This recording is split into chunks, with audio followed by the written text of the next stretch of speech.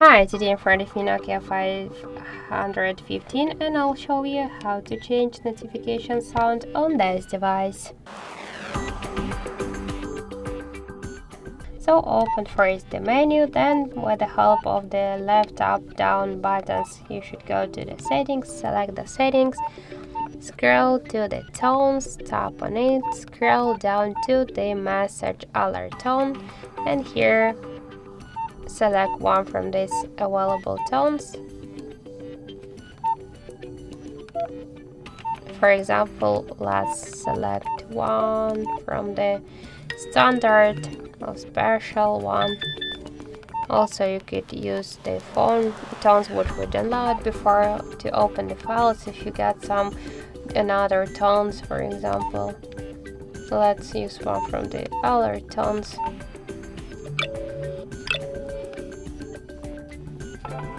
So let's select this one, just tap to save the changes, and that's it.